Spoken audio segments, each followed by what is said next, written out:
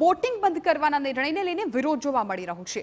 અરણી બોટકાંડ 21 જગ્યાએ પ્રવાસીઓ માટે ચાલતું બોટિંગ બંધ કરવામાં આવ્યું હતું। ત્યારે મહેસાણાના વિજાપુર નજીક તિરુપતિ ઋષિવન નેચરલ પાર્કમાં મેન મેડ 3.5 ફૂટનું તળાવમાં પણ બોટિંગ બંધ કરાયું છે કે જ્યાં માત્ર 3.5 ફૂટ પાણી હોવા છતાં બોટિંગ બંધ રાખવાના નિર્ણયને ચાલકોએ ભારે નુકસાની થઈ રહી છે। સંચાલકોએ સરકારની નવી એસઓપી મુજબ તમામ તૈયારીઓ છતાં હજુ પરમિશન મળતી ન હોવાનો સંચાલકો આરોપ લગાવી રહ્યા છે।